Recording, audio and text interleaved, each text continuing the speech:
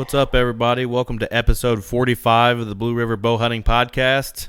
Sorry I took a week off there, guys, but personal matters sometimes, work and life gets in the way of that. But we're back this week, episode 45. Phil Polston from Southern Indiana. What's going on, man?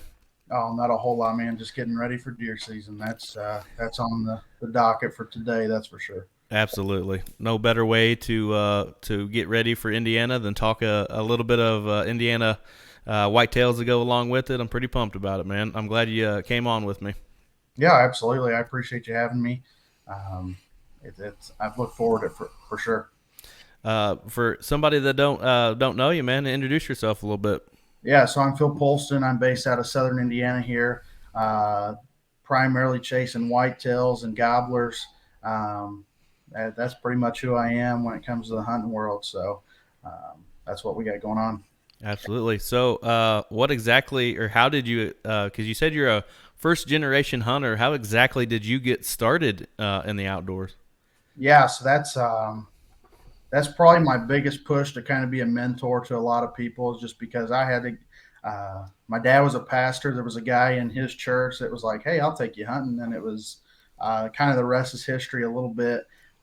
Don't come from a hunting family. Nobody's against it. Nothing like that. It's just one of those things they don't like to do it. As my dad says, I don't like to be cold, and I don't have the heart to kill anything. So, um, it's tough to explain to him. I'm not doing it to kill something. I'm doing it because it's a passion of mine, and uh, and I've probably learned to like to be cold. So that's probably the next part that's added a little bit to it. But now first generation hunter, so um, it just one of those things, man, kind of grabs you and takes a hold and uh, no looking back. That's for sure. Absolutely.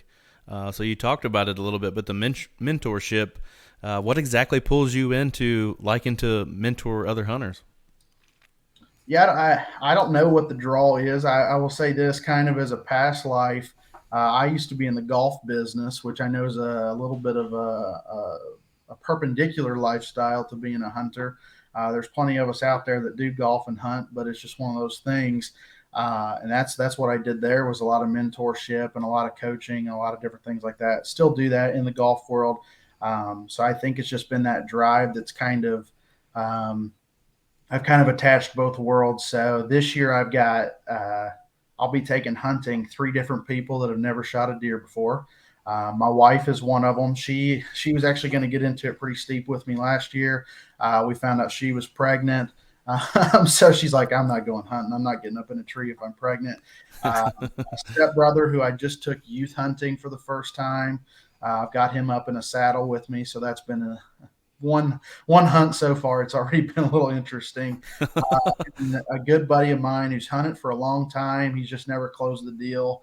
Um, I got some access this year that should make life a little easier on him and hopefully get the bug attached. Um, Started kind of, I hate to call him a mentor just because we're the same age, and he's definitely become a partner more than a mentor, mentoree kind of thing. Um, Braden Ware with Go Wild. Gave him all the knowledge I could give him in the last 12 months now. But like I said, I really consider him more of a partner now than a mentor situation. I don't know, man. It's just this drive to kind of grow the game and to show people what I love and how I love it and why I love it. And it's just been a huge push for me for sure. Well, I'd say having Braden Ware as your partner is probably a pretty good thing. He's man, we grew up together, played baseball together pretty much our whole lives. Um, just kind of that rekindled relationship after high school. He started with Go Wild. Uh, went as far to put a post on LinkedIn is where I saw it of him unboxing his new bow, and I'm like, I didn't really even recognize that he was into it. And we just kind of happened to run into each other and got talking about some different things. I was doing something in business that kind of pertained to Go Wild. And I said, "Hey, man, if you're ever in the ever in the ballpark of needing a hunting buddy, I'm happy to help out." And he's like, "Well, I don't know anything, but I'll tag along." That was kind of the end of the conversation, and I'm like, "No, man, seriously, like, I'm happy to go with you. I'm happy for you to go with me." And it just kind of worked out. So it's kind of got me attached to the Go Wild guys. It's got me a hunting partner that's uh, become a very good friend. all those things, that what it's meant to be is exactly what's happened with our relationship. So it's been a lot of fun, um, teaching and learning from him on all different spectrums of the world. So it's been a lot of fun. We've definitely enjoyed it. That's awesome. I don't know if you've listened to that particular episode or not. When I had Braden on, he kind of told the same story, how you guys ran into each other at the bow shop, and what you just said. Hey, it's seriously, I'll go with you. And it sounds like you guys got a pretty good little thing going there. Sounds like you guys have had a lot of fun, especially last year in the deer woods. Can't wait to see how that all plays out this year, keeping up with the both of you. But something caught my attention when you sent me the email, talking about yourself a little bit. You called yourself a lifestyle hunter. What exactly is a lifestyle hunter? Okay, so that's kind of, I'm a little bit of a hobbyist by nature, and to add to that hobbyism, I have a little bit of a situation, a little obsessive compulsiveness when I get interested in something. And not to make a long story long, but ever since I was a little kid, I picked up a fishing pole. I wanted to know everything about it. Started hunting, wanted to know everything about it, and I kind of wavered from it a little bit, kind of in my later teen years. And once I got married and kind of life went a certain trajectory, and I said, okay, I need to kind of reconnect to this. And that's when I say I make that like step into a lifestyle hunter. I went from just like a casual, oh yeah, I hunt, or yeah, I do this, or yeah, I do that, to something kind of, to be honest with you, I used to have a lot of hobbies that I don't have anymore, and it's just been taken up. Kind of as we've talked before, it's just one of those things. It's like I went full bore for sure, but I also took the time to just like dive into some of the craziest things in the hunting world that that my wife kind of probably wishes I hadn't, because it's bank account a time or two. But it's like, you just, like I said, I just get kind of wrapped up in it and I take off. But when I say a lifestyle hunter, that's what I do. That's what, I don't want to say that's what I'm known for, but it's definitely one of those things that I have become synonymous with for sure. Yeah, I get it for sure. And I'd say I'm the same way. You know what I mean? Like if we're at the football practice, my boy plays flag football. For flag football practice, it's getting brought up somewhere at flag football practice, because everybody knows that I have this podcast and film and, chase whitetails and turkeys and all that kind of stuff. And it's usually brought up sometime. Hey man, how was your Kentucky trip? You guys kill anything? Or, what's on the show sheet for the next couple of weeks, or stuff like that. And it's just like, I understand what you're saying. It's definitely, I wouldn't say my life revolves around that, because it's hard to say that when you're married with kids and Absolutely. have a full-time job and that sort of thing. But my schedule definitely revolves around it. This is the this past weekend was the last weekend that I will attend a birthday party on a Saturday. Right. I actually had a birthday party on Saturday night, and I said, just so you guys are aware, this is until January. This will be the last gathering I'll be attending on a Saturday. You can hit me 5 days a week. Don't touch me on the weekends. I totally understand that, but there's two dates in the rut that get me: November 7th and November 21st, because that's my wife's birthday and my son's birthday. For anybody out there listening that wants to start a family, don't do it near Valentine's Day, because your child will be born during the whitetail rut in Indiana. So that was my thing this past year. Is I've gotten pretty steep into the turkey woods as well, and my wife had a baby on May 2nd. We had a baby on May 2nd. Right. But it's like, I told her the baby was due after turkey season, and it came early. And as soon as we found out the due date, I said, okay, she has to come on her due date. She cannot come early. And she's like, why? And I was like, because turkey season, man. Like, you can't jack up my turkey season. I'm already going to give up a lot of hunting for this kid, and I'm happy to do so. But don't mess up my last turkey season. Come on. The way I look at it is, when they get a little bit older, and if they're into the sport like we are, that's a day we can take off work and take our kids hunting and get away with it. Right. Yeah. Oh, that was one of my things when we found out my wife was pregnant, and I said, I said, well, if it's a boy, I'll have an excuse to go hunting. And my wife was like, well, if you have a girl, you can take her hunting. And I said, yeah, I don't disagree. I said, but I don't want that to be like her number one hobby. You know, if that's not what she wants to be. I think a boy is obviously going to be much more approachable with going and shooting deer and getting bloody kind of thing, right? Right. And she was like, well, are you going to be upset if it's a girl? And I'm like, no, I don't care what it is. Like, I just want her to, I want it to be healthy. That's the most important part. But if it's a boy, it'll definitely give me an excuse to do whatever I want, whenever I want, because it'll be for him. But we have a Absolutely. girl, and I guess she'll just have to get used to hunting and fishing and being in the woods. So that's a good. That's awesome. Let's talk about Indiana for a second. What kind of terrain features are you getting into down there in southern Indiana, and what's it mean to you to hunt whitetails in Indiana in general? Man, I think that's you talk to everybody about Indiana and they just think it's freaking corn, and it's always been that way. I went away to college and they were like, "Man, like, does your family own a corn farm?" And it's like, "No, we don't own a corn farm. We live in the middle of a cornfield, but it's a subdivision in the middle of the cornfield." And so it's always just this perception of flatness and this perception of nothing but ag. And man, we get thick in some ridge systems and different things like that. This very southern portion of Indiana over until you get to Evansville, as hilly as can be, man. Then it turns into swamps once you get over to the Evansville area. But man, it is.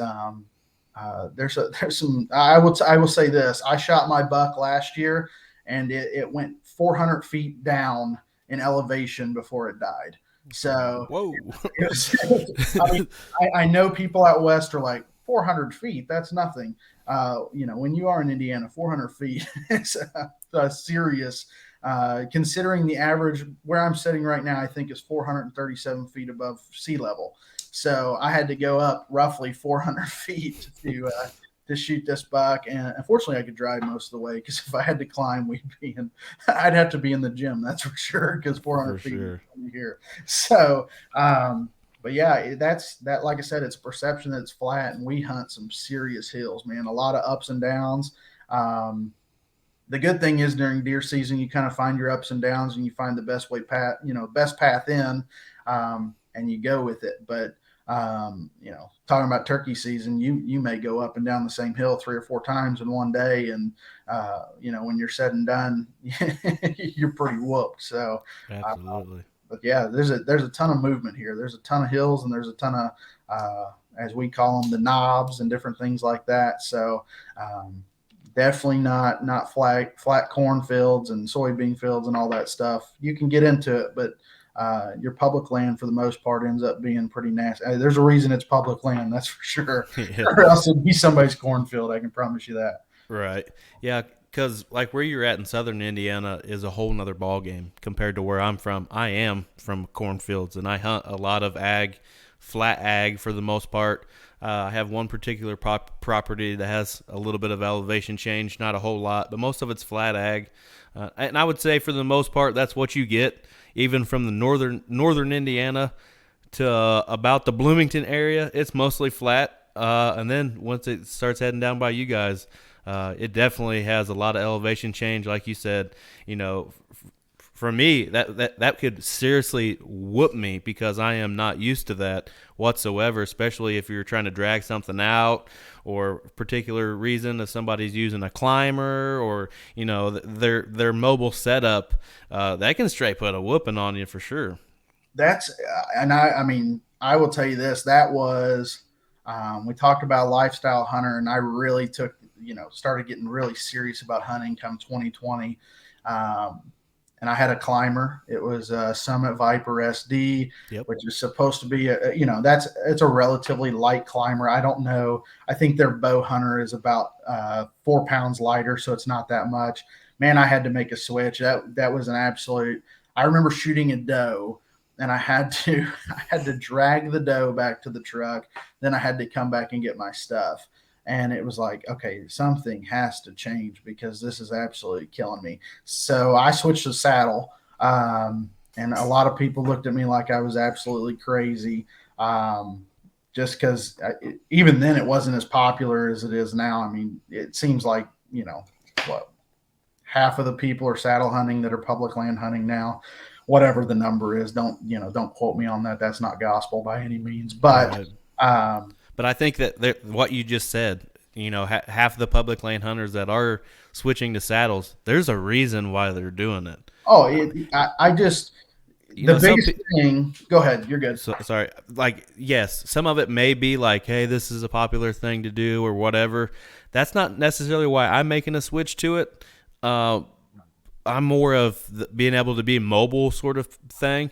But Okay. I would say if you are public land hunting and you haven't made that switch, you might think about it because you can definitely put in some more miles. You can get deeper. Some of them sticks can be a little bit heavier, and you're still going to have a little bit of a heaviness to your pack. But it's nothing like carrying in that climber, big clanky thing. You're hitting branches and trees and everything on the way in. I would say there's definitely a fad when it comes to saddle hunting. But I think there's a reason why everybody's going to it, and that's just my opinion. I think, and I don't disagree one bit. That's the thing, is how many people will die off after a couple of years, and who's to say that I won't? If they come out with the Right. next latest greatest, I'll follow the wave. But at the same time, for instance, last year I start taking Braden hunting, and he walks in with one of the. It was either the Summit Goliath or the Summit Titan, one of the two. It's absolutely huge, and I am in no way, shape, or form in great shape. But with Braden having that thing on his back, I look like an Olympic athlete in comparison because it's just so heavy, so cumbersome. And like you said, is it a fad? Sure. Is it a fad for me? Potentially. But I can tell you this: I can get a whole lot further, and I don't feel near as bad, and I can hunt a heck of a lot longer. That's one of the things that you hear all the time. I had someone go, "Well, that has to be uncomfortable," and it's like, Yeah. I'll be honest with you. In comparison to the summit that I had, it's not any different. I mean, if you sit in that hammock seat in your summit long enough, it's going to squeeze your hips. Just like if you sit in a hammock long enough, it's going to squeeze your hips a little bit. The one good part about the saddle, though, is you can adjust. You can move. In that summit, there's not a whole lot you can do other than stand up for a little bit. You can definitely adjust your position and move around in that saddle. That makes life a heck of a lot easier, in my opinion. Yeah, I made a huge purchase for my saddle. Like I said, I went down to Kentucky. Got some hunts in down there. Came here. We had youth weekend this past weekend. And prior to youth weekend, I purchased the back band. And boy, ever did that change the aspect of that. I mean, took so much weight off my hips. I could see myself being able to sit there all day with the back band. Yeah, that's a move I haven't made yet. I need to make it, and I, to be honest with you, I would have never even questioned it, just because it's like, okay, it's not. But my stepbrother, for his birthday back in August, I told my dad and his mom, I said, you guys need to get him a saddle. If he's going to hunt with me, he needs a saddle. I don't want to listen to him moan and complain about carrying, a climber or whatnot. This is just the way to go. And for the same price, you can pretty much do it. So he got the Hawk Helium, what's it called, hammock saddle or whatever. Yep. And I told him, I said, look, you don't have to go crazy with it. Let's just get him this. If he likes it, we can build off of it. But if he doesn't like it, we can pretty much sell this thing and get our money back. Just kind of looked at it like that. And his comes with a back band. And I'm just kind of showing him how it works and stuff like that. And I put it on my saddle, and I'm going, oh my gosh. I Right. had no idea that I mean, I had always seen it, but I just always thought of it as something like, okay, it's kind of hokey and I'll probably never use it. It doesn't bother me that much. But then when you put it on, it's like, this is an absolute game changer. It For is. sure. I think I only paid Order. like $25, I think, Yeah. for the trophy line version. I just wanted to keep it in the same brand, I guess. But I think I spent $25 on it. I carried it in my backpack, and about halfway through Saturday's youth hunt, I said, let me try this thing out. I popped that thing on there. I was like, oh, God, there's no wonder they sell these things. Well, that's the perfect time to try that stuff out is during youth season. It's not like you can shoot or anything, so you might as well Right. be comfortable. Past that, you're just hanging in a tree, really. Well, And, I was filming, but it definitely took some like I said, some weight off my hips, and that I think that's the thing about saddle hunting that I'm gonna like. I'm already looking to get another one. I know that sounds silly. The one I have is just a hair big, but it's there's a reason why I ordered it big. November, I'm gonna have bibs and a jacket and everything else on. It's gonna probably fit me a little bit better. I want to tinker with it. I want another one. I want to throw some different kind of stuff at it. I want to have different cis haulers and all that kind of stuff. And it's just you're gonna be able to play with it as much as you want to, just like anything else, especially archery equipment. Like we'll get to here in a little bit. There's so many different ways you could do it. And you're always going to find that way that you like the best. You know what I mean? And like you could just keep messing with it until you finally figure out right where you want it. I think that's been the fun part is kind of you can tinker, man, and you can play with stuff and you can change stuff and you can do this and you can do that. And it's just whatever you want to do. It's your game, you're playing it, and you can do whatever the heck you want to do and however you want to do it. That is the one thing that I will say is I went on. So I have a tethered saddle, Mm-hmm. and I went on and they had at the time they didn't have like the Phantom XL and stuff like that. So being kind of a bigger boy, I was like, all right, what's this going to be and how do I do this and different things like that. And I ended up with the Menace version, mm-hmm. which they literally say in the description, this is kind of for your big guys. And I got that one and I tried it out. Now that they have the Phantom XL, I was able to go to ATA. Fortunately, unfortunately and fortunately, Braden had COVID for ATA. So I'm walking around with the Braden Wear badge on. People are like, you don't look like Braden. It's like, nope, I don't. But Tether got to show me some really cool stuff that they were coming out with. And that's when they were coming out with the Phantom XL. And that's definitely the next move. I need to get rid of this Menace and get that Phantom XL. Just some of the features that are on it, I think, are definitely worthwhile that I don't have currently. And to be honest with you, the biggest part that I wish I had was just an adjustable bridge. If I had an adjustable bridge, I think I'd be happy. But not having that, plus I think they have like the comfort channels on the Phantom and stuff like that. Yeah, that's the big one. But I kind of want to try one of these two-piece, the two panel instead of the single panel. I think it just, talk about adjustability. It looks like those have just a touch more, and I'd be kind of interested just to see how all that kind of works and stuff like that. I'm with you. I would actually like to try one out myself. I think if I did have that double panel and it went up more my back, I think I wouldn't necessarily even need the back band. I feel like I would be comfortable enough to sit there all day. And you have a whole year under your belt compared to what I do when it comes to a saddle. Do you find yourself maybe in like a longer sit, kind of like swaying a little bit, or are you more of like a sit down type of guy, or are you more of like a stander? No, so last year I went through this whole bit of finding like knee pads or a cushion to put against the tree, and what I really ended up finding. I will be honest with you, I'm probably a terrible whitetail hunter when it comes to sitting still. I just am not very good at it. The saddle has allowed me to sway a little bit while I hunt, which kind of is like, it's kind of the happy medium. I'm not, I don't suggest it. If a monster walks in on you, you sit there and sway like you're on a swing set. But it's definitely kind of alleviated a little bit of that desire to kind of fidget around and stuff like that. I'm definitely a leaner. I'm not a sitter. I think it's incredibly uncomfortable. I have the XOP platform, I think is what I have. So it has kind of like a kickstand on it where you can put your foot up on top of it. And I think some other brands have it as well. I have that same exact one. I know what you're talking about because I right did that on Saturday. Saturday. Lifesaver, because I'll just throw like one foot up and kind of lean my other foot in if your legs get tired, just to take the only issue that I find is it puts a little pressure on your knees when you lean the whole entire time. So I'll go down and kind of sit and put my shoulder up against the tree for 30 seconds or something like that. Um, but that's been the biggest thing is on the long sets.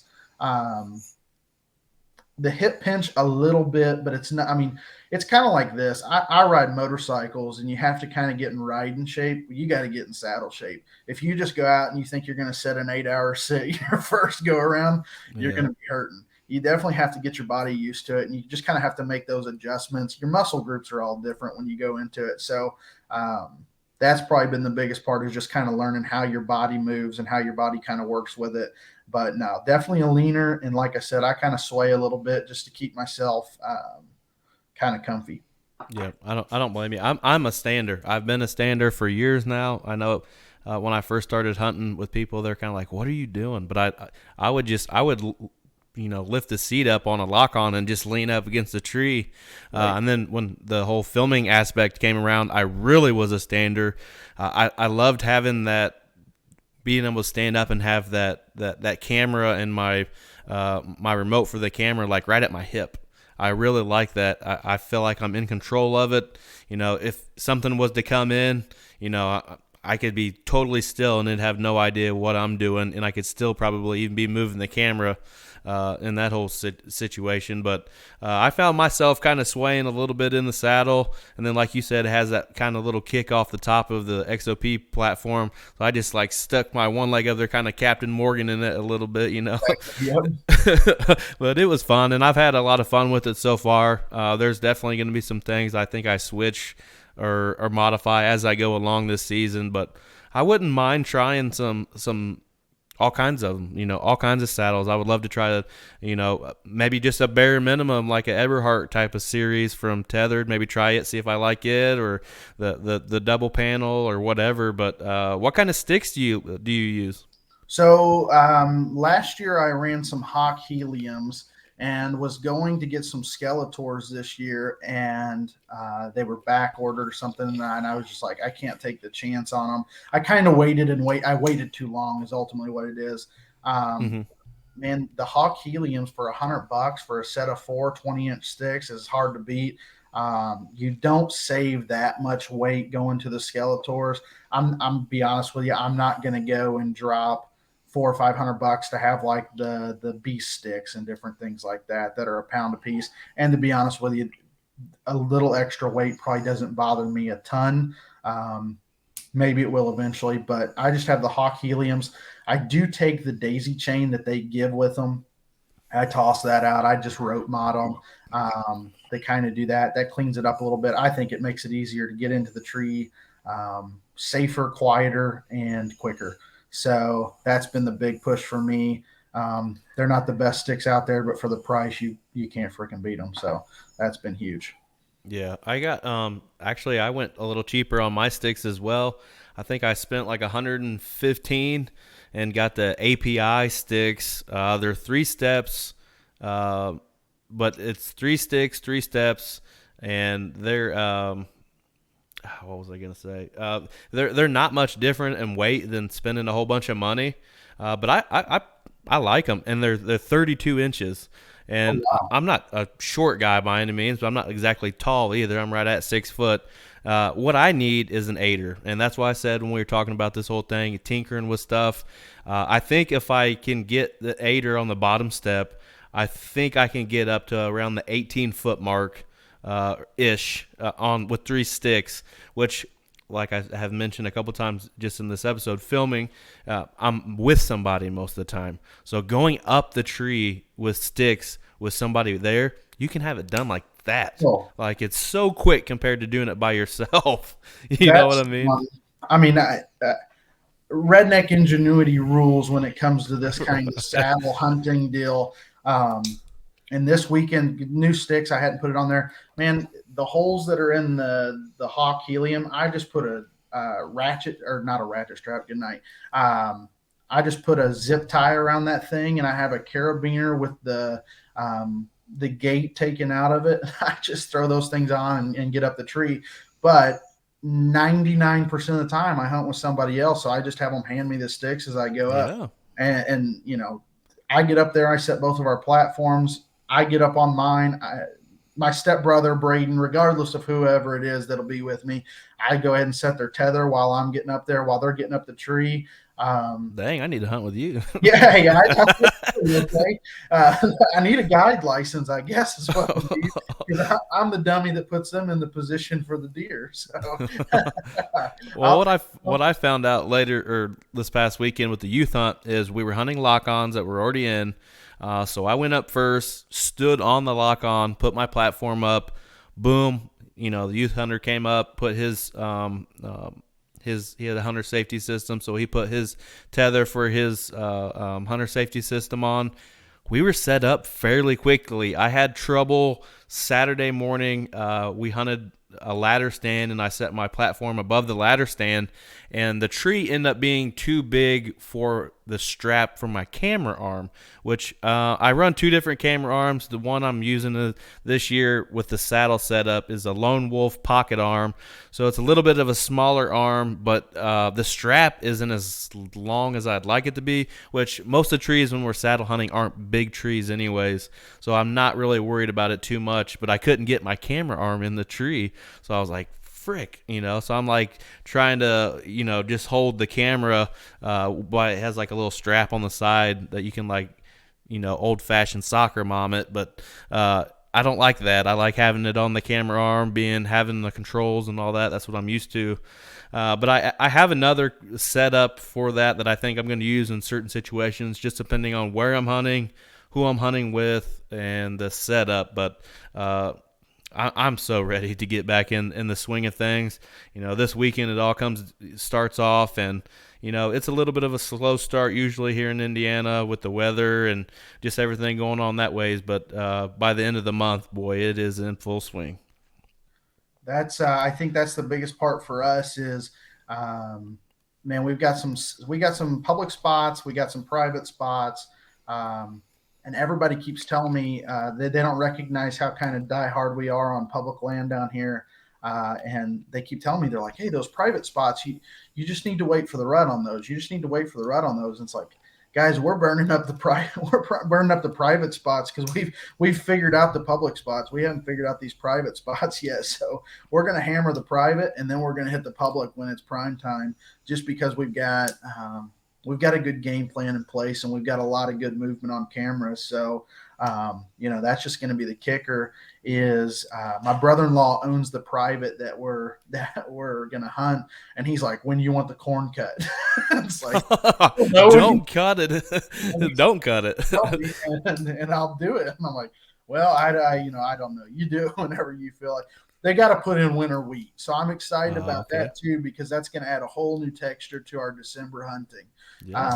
I mean, that's a big part for us. I'll be honest with you. Is by the time gun season gets in here, um, I like to be done hunting. Not because I hate to hunt, but it's just, I just want to go hang at that point is basically the whole situation.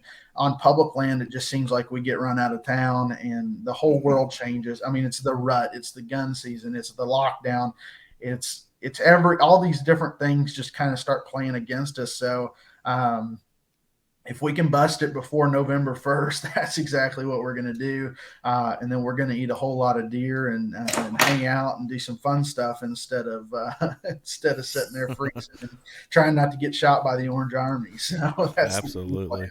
So talk about your private land, maybe a little more in detail. What kind of private land do you got, and terrain features, and what exactly you got going on with your private land? Yeah, so private, we've got a couple different options. Braden's grandpa has some, and then my brother-in-law has quite a bit. And um, brother-in-law's place is all ag. I mean, they're farmers. They've literally asked us, "Can you come and shoot deer, please?" They're eating us Yes, out of sir. house and home, and I'm like, man, I really hate to do that. That just hurts my feelings. And to be honest with you, we didn't have access to it until 2 weeks ago. I've known my brother-in-law for 5 years now, and I've never asked, and he's never offered, and different things like that.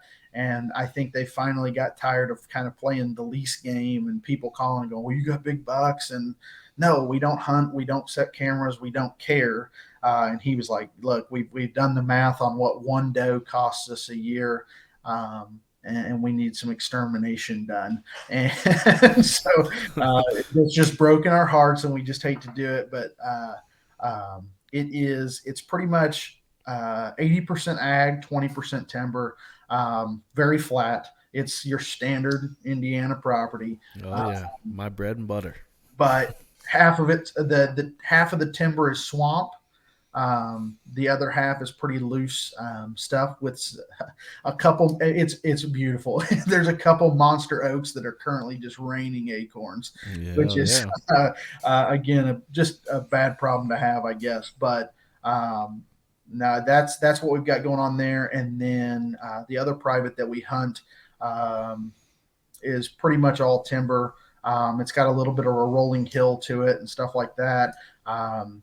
Both are going to be great doe properties. We don't have a lot of buck action on them yet, but we have a ton of does. So that's where the That's a where the good does problem to are, the have. does will be. So again, it's not. We set cameras a week ago Friday, and I went in. And I know everybody who listens to this can be like, "Oh man, you can't check cameras like that." But I went in 3 days later, and we already had like 300 pictures. Oh, nice. Some of them are wind pictures. I'm going to give it that. Okay, some blade of grass was shaking a little bit, um, but I've counted about 40 different deer that have worked these cameras. So um, and that's just on the one piece of property. On the property that we hunt on with Braden's family, we probably have 15 to 20 deer on there that are working pretty good and pretty consistent. So um, that's kind of our private land setup. It's definitely going to be a freezer filler instead of a wall hanger situation, but we're okay with that. We like eating them more than we like hanging them on the wall, anyways. We ignorantly say that, I should say. Yeah. Once a step walks in, we're gonna be like, we're gonna put them all on the wall. So what county is that? So though Floyd and Clark. Floyd and Clark. Yep, Floyd and Clark. So we hunt all the way over to Perry County, which is where we'll be for deer camp, Yep. and then we hunt all the way up to Jackson County. Um, so we hunt. I mean, we pretty much tear up this southern part of Indiana. That's for sure. I do a lot of work over in Evansville, and I always pass the swamps and stuff over there. And I'm always texting Braden when I'm over there. And I'm like, man, we got to come over here. There's got to be some absolute bruisers running around these swamps. A little bit of a farther drive than what we want, especially early in the morning. But it'd definitely be a lot of fun to head that direction and do that. So dive into the public thing now. I know you hit it hard on the public land. You guys been doing it for a little bit now, or at least you have. I know. Talk about. You don't have to mention where you're going, but talk about some of the public land that you hit hard and some of the success that you've had there.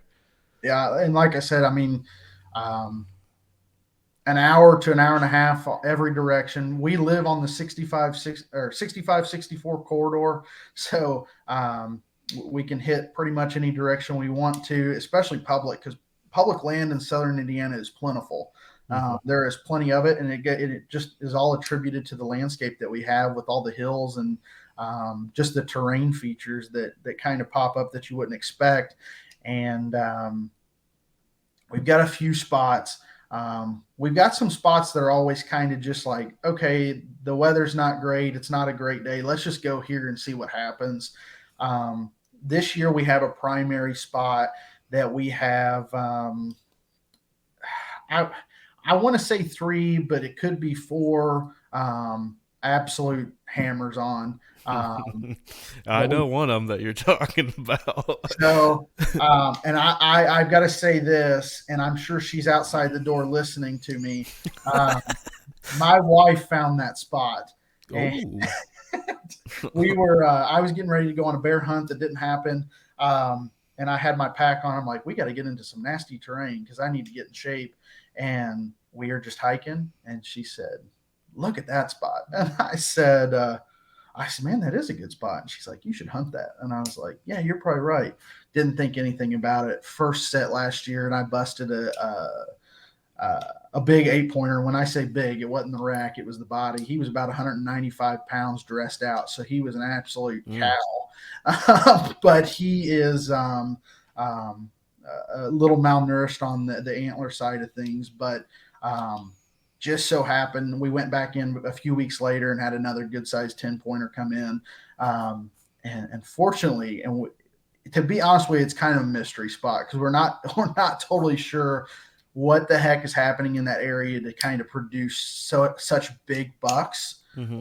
Um, but it's happening, and that's all that matters to us. Yeah. And I think that I will tell you this: the biggest part is we're the only two stupid enough to walk all the way back there and get in position.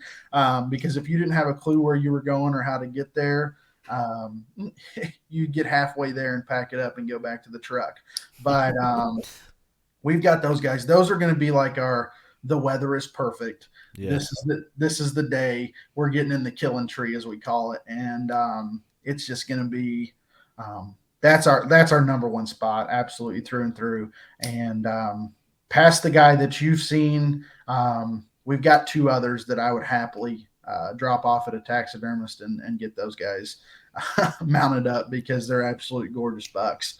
One freak and two dandies, that's for sure. So we'll see how the season goes. The tough part about that is as soon as you start talking about them on the camera or seeing them on the camera, You're gone.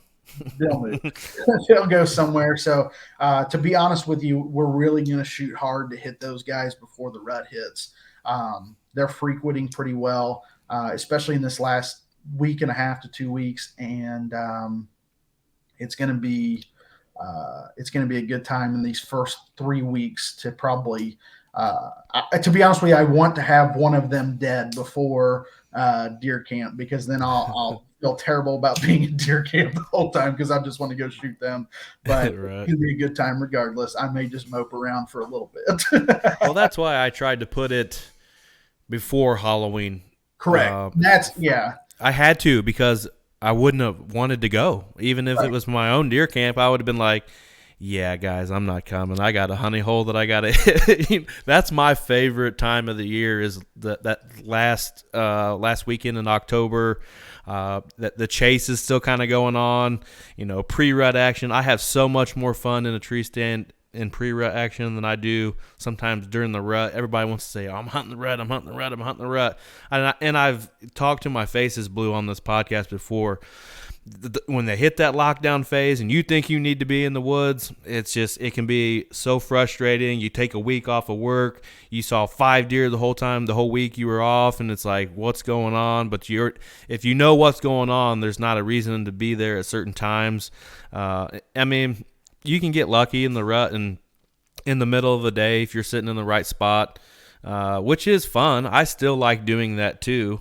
But I don't know, something about the feel and the air near Halloween, just the atmosphere, you can feel it. You're like, there's a reason why I'm sitting here right now. You can just feel it. I don't even know how to explain it. You know what I'm talking about. I think the biggest thing that we've figured out is this, and I've seen it for a couple years. Braden and I saw it heavily last year. Gun season comes in, and it just wipes out public land. I'm not saying it's everywhere. I'm just saying for the areas that we're hunting, which is a highly populated area, it just beats it down. Okay. And the next thing is you hit that rut, and I hear it. The guys on TV, the guys on YouTube, the guys here and there and everywhere. The rut. And I'm just like, give me 2 weeks before the rut, and I'm going to make something happen. But give me the rut, and I might as well stay home, make deer chili, and watch football. Just because maybe it's just me and my inexperience or my stupidity or ignorance, whatever you want to call it. But it just slows down. That is where I'm probably most excited to have this private land, because that's where we're going to spend gun season. In my opinion, is just hanging out and just watching fields and seeing what we can shoot out of the fields. And again, someone will scorn that idea, but no, not if they know. If you know an area, you know an area. Just like you just said, I'm going to spend gun season on my private land that's mostly ag. Congratulations. You figured it out. That's something that's going to work out for you. And I wouldn't even say during the rut, post rut. post rut in an ag, oh my God, dude. I mean, they're Right. going to be coming from every which freaking direction to get that body fat back on them. You may be lucky enough to have a doe that maybe didn't take or something and comes back in heat, and you got 15 does in the field, and there's $5 chasing this one doe around. You don't know. You just never know when it comes to hunting ag like that. But man, it's so fun to do, and that's been my bread and butter for years. Has been hunting fence rows in between big sets of woods and ag. And if I showed you where some of these stands are at, you'd be like, "Why are you wasting your time?" Well, I'm not wasting my time because I know where I need to be sitting at a certain time of the year. You know what I mean? Absolutely. Absolutely.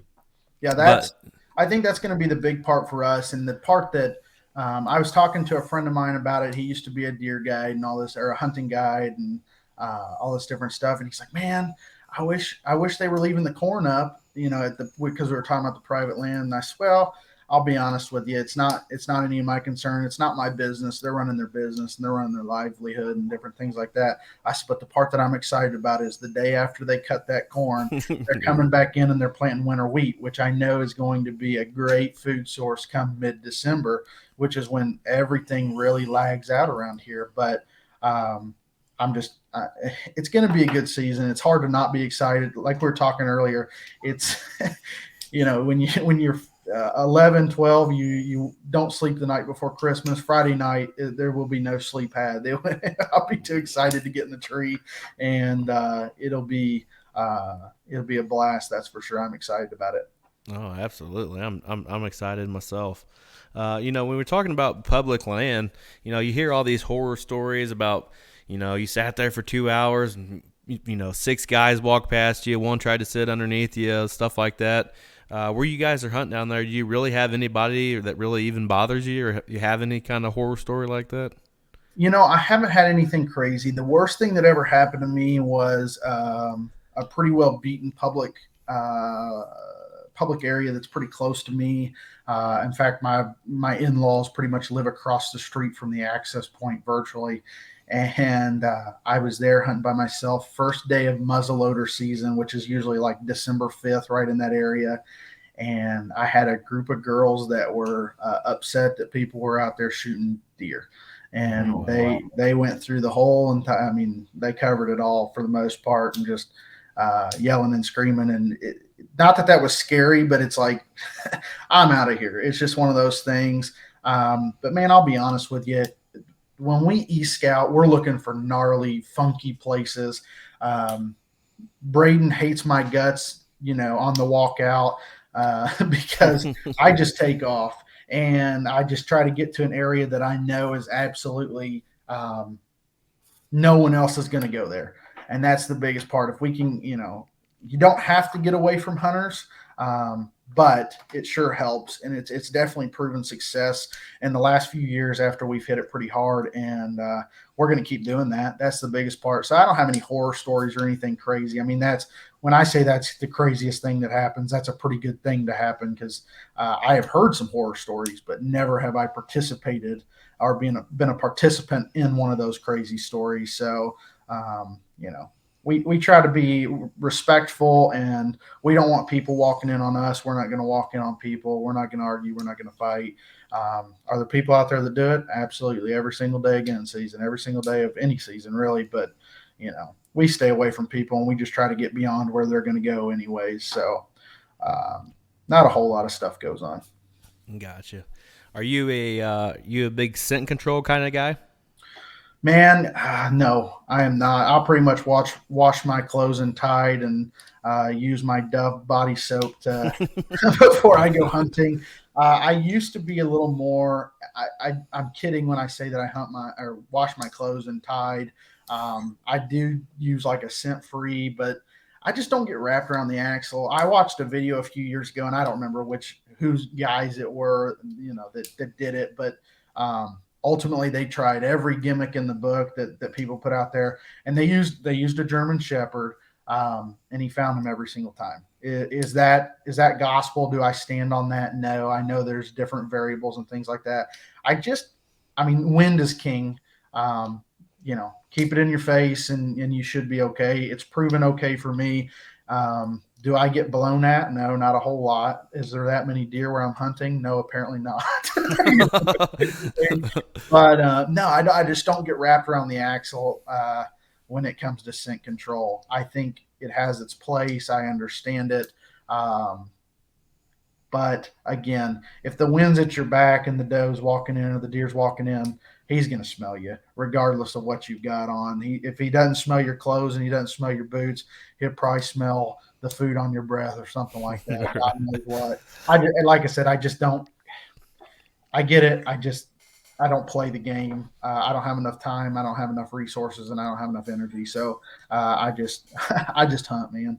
So Yeah, I'm with you, man. I was such big on it for years, man, and then I started hunting with some guys that kind of taught me that I don't need to be that way when it comes to certain things, and I've kind of figured that out, I guess. That's probably the biggest thing I've learned here in the last couple of years is I don't need to be so anal about it. You know what I mean? I don't just because I gutted a deer and may have a little bit of blood on my boot or on my pants or something like that. It's not the end of the world. You know what I mean? In years past, I would come straight home. I don't care if it was I got home at 2:00 in the morning and I was getting up at 4 to go hunting again. I'd be washing my clothes. That's just how I was. I don't know how I fell into having that routine, but it's definitely something that I don't do anymore. And we'll see how it plays out, anyways.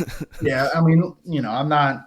Um, I get it, but it's at the same time, like I said, doesn't matter how good of a job that I do. That animal is literally designed to survive. That's the way the good Lord intended it, and He's given them the tools to do it. And if you don't want to be a good predator and a good hunter, they're going to smell you regardless. Is just the way I look at it. And to each their own. I understand both camps. I'm probably just too lazy to if I was home at 2 and getting up at 4, I wouldn't give a rip. I'd just go to bed. That's what Right. No, I get it for sure. For this Hoosier National hunt that me and some guys are throwing together this year, I'm coming to your backyard. Is it a place that you've kind of hunted before? Yeah, so that's we have our little group message going on, and I don't remember which guy it was, but he's coming in on Thursday and he's looking for some spots, and I offered. I said, "Look, man, I'll give you pins. I don't care." And I think he thought it was an empty offer, and I'm being like 100% dead serious. I'll give him some pins if he wants to, or if he needs them. I don't hunt where we're staying or Mm-hmm. where we're going to camp. I don't hunt that far over. I hunt pretty much the next exit up, which I think is about 4 or 5 miles. It's not very far at all. But I have killed deer. I'm one of those crazy guys that hunts on the side of 64. So I'll park on the side and walk up in the woods and shoot something. I've done it a couple times now, and I'll probably do it during deer camp. I've got some spots picked out. I've got some intel. It's going to be if we play our cards right and we're going to be there at the right time. I think we're going to have some bloody clothes in camp. So I hope so. I think that's going to be it. I'm excited to do some drags. I don't know how many deer I'm going to kill. I haven't scouted that area hard just because of kind of having a baby has been a little bit of a damper on it, which is okay. Right. I just haven't been able to spend as much time out that direction as I usually would. I still have my spots that I'll go to, and you're never guaranteed to see deer, but it's pretty regular occurrence to see something. It may be too far away, it may not be close, but at least it'll be a good nature watch at that point. So, but that's a really good area, and during bow season, it's so good because people just don't hit it. They just you'll have your parking lots that are full that granddaddy used to shoot bucks out of this thing, or he at least shot does out of it, and they've beat it to death and they're not going to be there anymore. So you got to get a little more creative than that. But man, the public land there is immense. It is. There's a lot of places to hunt, and it just depends on how crazy you want to get with it. But like I said, I think we're going to have a really good.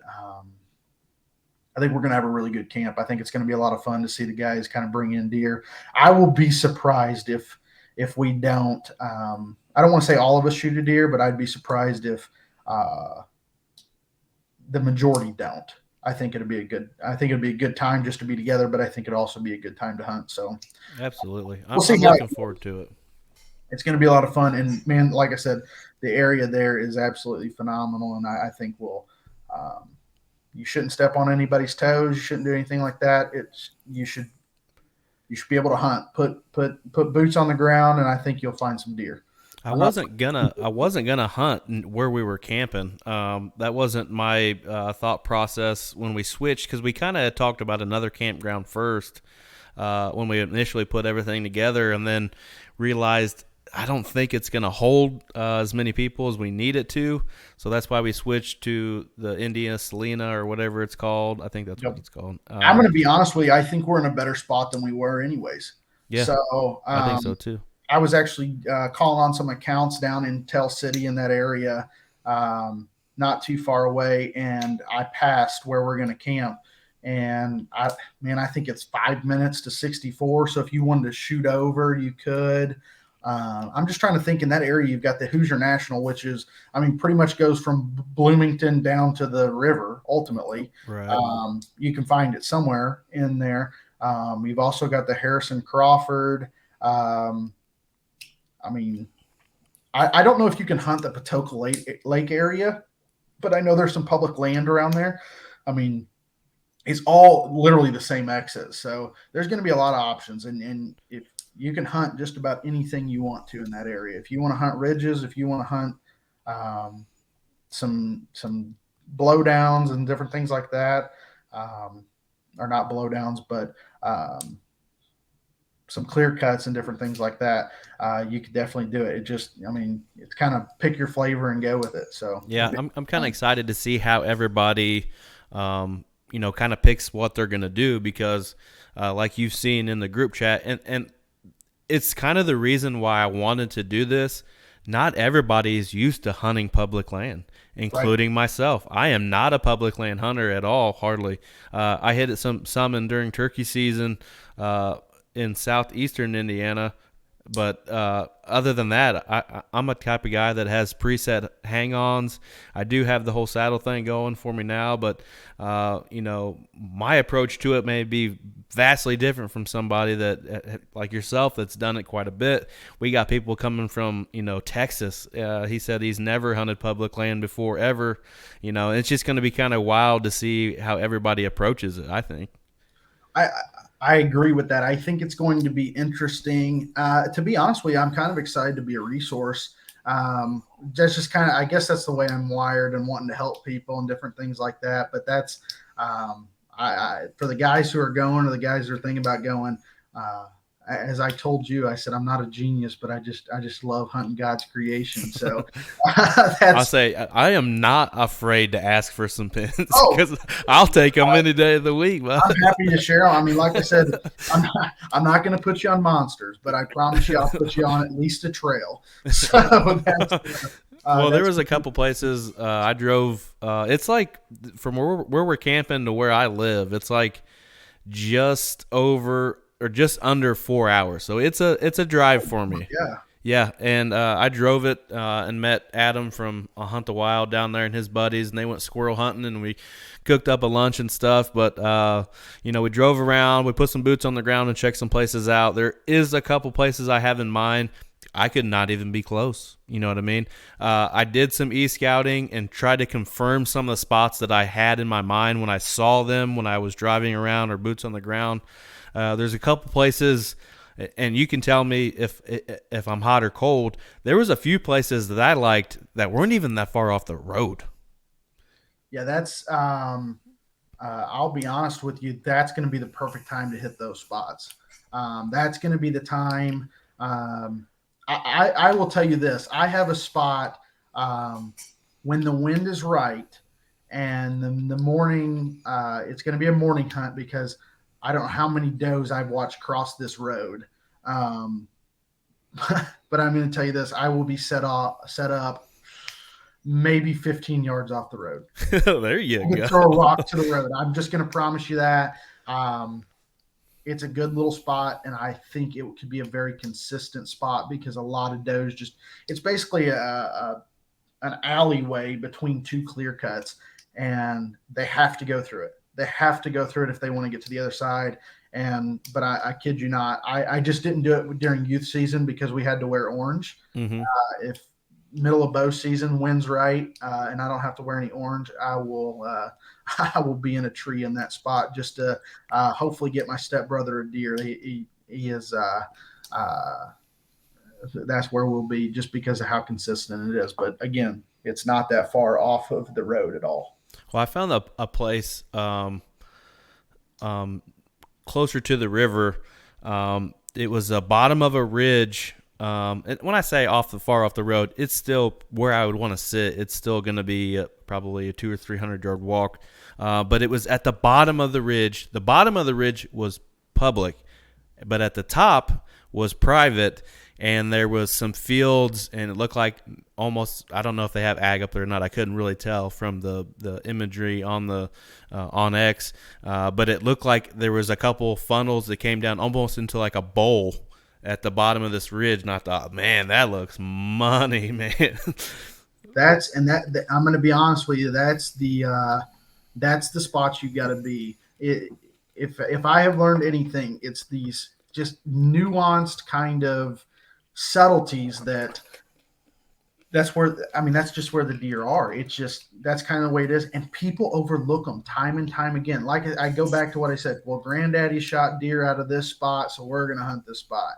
And it's like, well, the deer may show up, but if you can find just these little bitty, there's a lot of river bottoms that run through that area. I mean, you got to think everything's a tributary to the Ohio River in that area. So there's a lot of water, and there's a lot of hills, which adds up to be a lot of public land. And that's just kind of the case for it. So if you're finding a spot like that, I would say you're hot. I'll be honest with you, I don't hunt that close to the Ohio River. I stay pretty far north as far as the county goes. Mm-hmm. But that's the game plan. But like I said, just not that I know the spot exactly, but that sounds like an absolute honey hole just because I'm sure 100 guys have looked on it on Onyx and they've passed it up because it just doesn't make sense. Well, the reason why I like I said, I did put some boots on the ground, but I also drove around a little bit. And through driving one of those backcountry gravel roads through there, I just happened to look over and saw a doe standing back up in the woods, and she took off, and I saw a couple other ones, but all I did was mark it. And then I came, when I got home that night, I was going through all the marks that I'd made, and I got to really looking at it, and I was like, oh, wow, there's kind of like a funnel here.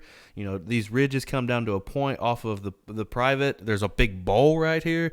I said, man, this looks pretty good. I might have to save this one. I did delete some after I went back and looked at it like, yeah, that's probably not worth anything. But something that somebody listening to this that maybe be coming down there, how big could a boat be in this situation if you were hunting just off the river down there? It looks like there could be some money spots if you came in off the river. And you're talking about the Ohio River, correct? Correct. I don't know. And I'll be honest with you, there's some spots that Braden just got a kayak and we're both like kind of mulling it over. I've always said, let's get a canoe or try to find a canoe and use it. That'd be perfect for the situation. Obviously, you're going to have to use some elbow grease to paddle those things. Yeah. But I mean, if it's right, if I remember correctly, you should have some spots that literally come up to the Ohio River. Yes. That's the situation. I mean, I think you could take a barge into the place. I mean, there's plenty of them, but if you're getting off these tributaries, a lot of them are good size. I think you could still get a boat. Just don't hold me to that when you're like, okay, we bottomed out like a dozen times. We tore 2 props up today. Yeah, exactly. I'm not saying that you can't do it, but I am saying a canoe, a kayak are money in that situation just because of just kind of the access that you can get to and get in. And you can get in a lot of sweet spots because, a short boat ride is a lot better than a short or a long walk. So we'll see how that goes. But no, I'd entertain it. That's for sure. Okay. So you being buddies with Braden, I told him you were coming on and everything. And I said, I want a Braden style question or Braden edition question for Phil when he comes on, and this is his answer. Ask him how he has managed to teach his wife to be better at shooting her bow than I am. Yeah, that all is going to stem off of one situation. Last year, right before we found out my wife was pregnant, I had a bow and I just kind of tuned it up and got it ready for her. And she basically put 3 arrows inside of a dip can at 30 yards. And I'll be honest with you, man. She's a good shot. She's a good shot with a rifle. She's a good shot with a bow. And that's just kind of that's the situation. Um, why she is, I have no idea. I would tell you what the reason. My wife scares me, and to some extent, a few years ago, most wives, most women, most girlfriends, whatever it is, are not particular into getting into the field dressing and the the skinning and the taking apart of the deer and things like that. And my wife, this is a couple years ago. We've been married about a year at this point, so I was definitely into it at this point because there's no getting out of it with a whole lot of money. I was trying to break this leg on this doe that I had killed, and she like walked up and she's like, "Watch out!" And I was like, "What'd you do that for?" And she's like, "Oh, I was sick of watching you piddle around with it. That's how you break a leg." And I was like, "All right, terrific." So I'm going to tell you this: she's a good shot, and I am hoping we get her up in a tree or at least in a blind this year, because I have no doubt she will get the job done. She's got a method and she goes with it. I didn't teach her the method. I take no credit for it besides the point of tuning the bow and making sure it's shooting straight, and she pretty much does the rest. So That's awesome. Braden's issue is just, I guess I've never tuned his bow, so I guess that's the situation. But again, our archery pro is a stud in himself, so I guess I can't take credit for that. It's all on him at this point. It's all on him. So, but I should have known that would have been something to the effect of that question. That's for sure. That's awesome, man. Well, I've had a good time talking with you, man. Can't wait to meet you down at deer camp this coming fall. Well, actually, it'll only be a couple weeks now. 4 weeks, man. Definitely looking forward to that. I appreciate you coming on the show, man, taking the time out of your busy life to talk with us, man. But tell everybody where they can follow you at on social media. So the biggest part to follow me is on Go Wild. I'm not real active on any other social media platforms, but Go Wild is the place to see most of my shenanigans, and listen to all the other podcasts that get to tell my stories because we may not be good hunters, but we have a whole lot of fun. So Absolutely. that's the biggest part, man. We Go Wild is the place to get me. So Definitely. and ramping up, you'll get a lot more content out of me. That's for sure. Definitely. I know I've harped on it quite a bit on this show, but if you don't have Go Wild, go check it out. Definitely uncensored material when it comes to the hunting world. They offer all kinds of different stuff, discounts on stuff, and you earn rewards by just posting on there. It's a great community to be a part of. I met a lot of cool people on there. But definitely go check that out. But go follow Blue River on Facebook and Instagram, Twitter, Go Wild. You can find me as a podcast host on LinkedIn. But we'll catch you again here next week, and everybody have a good weekend. And if you're deer hunting in Indiana, good luck and sticky one.